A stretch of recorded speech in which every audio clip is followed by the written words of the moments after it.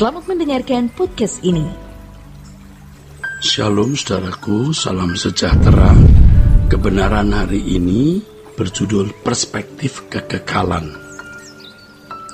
Dalam kenyataan hidup kita sering mengalami persoalan-persoalan yang mencemaskan seperti yang dialami banyak orang juga. Ketika dalam persoalan-persoalan yang mencemaskan, hendaknya kita tidak mencurigai Allah. Mencurigai Allah maksudnya adalah berpikir bahwa Allah tidak memperdulikan keadaan kita. Kecurigaan seperti itu memang tidak diucapkan, bahkan kadang tidak disadari. Tetapi kalau seseorang menjadi takut, cemas, dan mulai mempersalahkan orang lain, berarti itu sikap mencurigai Allah. Sikap mencurigai Allah nyata ketika seseorang bersungut-sungut atas keadaan yang dialaminya. Sampai pada taraf tertentu dalam kehidupan orang-orang yang tidak takut akan Allah, mereka menjadi marah terhadap Allah dan mempersalahkan Allah.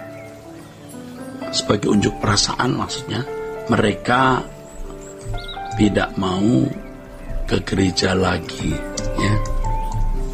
Bahkan ada yang sampai berpindah agama, saudaraku. Saudara, kita harus berani mempercayai Allah.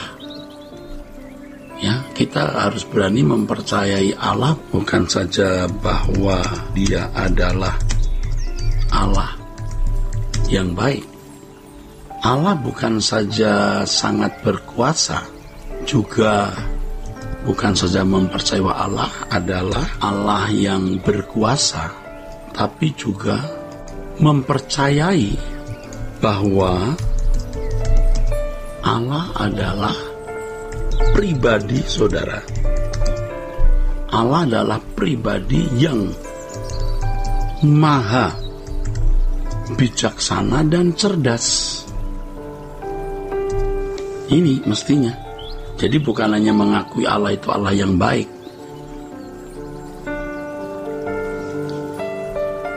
Bukan saja mempercayai bahwa Allah adalah Allah yang sangat berkuasa, tapi juga mempercayai bahwa Allah adalah pribadi yang maha bijaksana dan cerdas. Allah tidak akan mengizinkan suatu keadaan kita alami tanpa ada maksud-maksud kekalnya melalui persoalan-persoalan yang kita alami. Ketika kita menghadapi persoalan-persoalan yang mencemaskan, pertama kita harus tenang, harus meneduhkan perasaan kita, ya saudara. Harus benar-benar bisa meneduhkan. Allah adalah Allah yang mengendalikan segala sesuatu.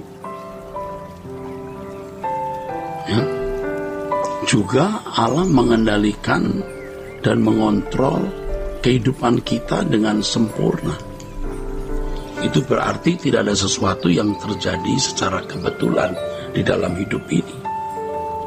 Dengan meyakini bahwa Allah adalah Allah yang bijaksana dan cerdas, ya, yang mengizinkan sesuatu terjadi dalam hidup kita demi maksud kekalnya, maka kita dapat menyerahkan hidup kita sepenuhnya di dalam tangan Allah dengan syukur, dengan ucapan syukur, dengan sukacita. Menyerahkan diri sepenuh kepada Allah di dalamnya, termasuk segala persoalan-persoalan hidup yang kita hadapi, bukan berarti membuat kita menjadi pasif dan tidak bertanggung jawab. Kita harus tahu mana bagian kita yang harus kita penuhi atau harus kita tunaikan, dan bagian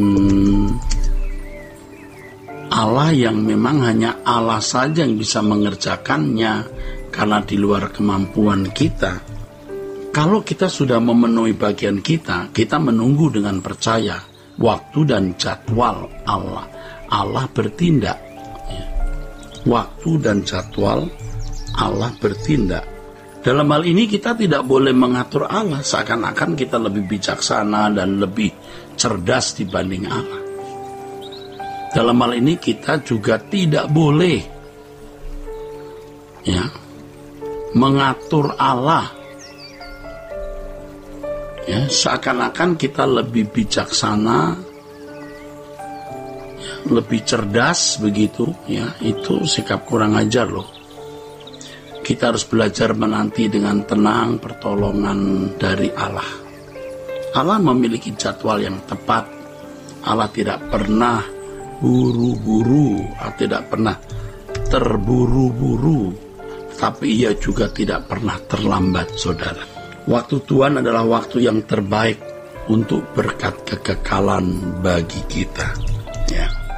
Dalam menanti pertolongan dari Allah, ya hendaknya kita tidak membuat skenario hasil akhir dari pergumulan kita tersebut. Ya. Kita percaya, saudara, bahwa segala sesuatu yang terjadi pasti mendatangkan kebaikan bagi kita untuk maksud-maksud kekal Allah. Ya. Rencana Allah sering di luar kemampuan kita mengerti, ya, di luar pikiran-pikiran kita. Ya. Dan pikiran-pikiran Allah itu jauh melampaui pikiran kita yang sangat terbatas. Apapun hasil akhir atau keadaan yang akan terjadi dalam hidup kita, harus kita percayai sebagai keputusan Allah yang terbaik. Dalam hal ini kita belajar mengatakan kepada Tuhan, Tuhan, aku serahkan hidupku kepadamu, kalaupun aku harus hancur, aku bersedia hancur di tanganmu. Dari pihak kita harus benar-benar berjuang untuk menyelesaikan masalah-masalah tersebut dengan tanggung jawab secara maksimal, ya. Dengan memaksimalkan semua potensi, ya saudara. Setelah itu kita berserah kepada Tuhan untuk mengenai hasil akhirnya, saudara. Kita harus belajar memandang segala peristiwa hidup dan kejadian-kejadiannya dengan mata kekekalan, artinya dengan perspektif atau sudut pandang kekekalan. Jika kita memandang sesuatu dari perspektif atau sudut pandang dunia fana, maka kita tidak akan mengerti maksud-maksud besar Allah untuk kekekalan kita. Lagi pula semua masalah terasa menjadi besar dan mencemaskan. Kalau begitu, ya, tidak jarang kita berpikir bahwa kejadian-kejadian yang menurut kita tidak menguntungkan itu mencelakai kita, padahal di balik semua kejadian tersebut Allah merancang sesuatu yang memiliki kekekalan yang tidak ternilai harganya. Oleh sebab itu kita harus memiliki wawasan kekekalan dengan benar. Tidak sedikit gereja dan para pelayan-pelayannya dalam merespon masalah-masalah yang dihadapi jemaat mengesankan bahwa masalah-masalah yang dihadapi jemaat itu sebagai musibah atau malapetaka yang harus disingkirkan oleh kuasa Allah demi kenyamanan hidup sementara jemaat di bumi. Tidak heran kalau gereja menjadi semacam biro bantuan jasa doa untuk menyelesaikan masalah-masalah fana dunia. Dan itu membodohi jemaat, sehingga jemaat tidak lagi berpikir dengan perspektif kekekalan. Lagi pula jemaat menjadi manja, tidak tabah, ya, dan tidak dewasa mental. Bagaimana bisa dewasa rohani kalau tidak dewasa mental, ya? Kiranya kebenaran ini memberkati kita sekalian. Sola Gracia.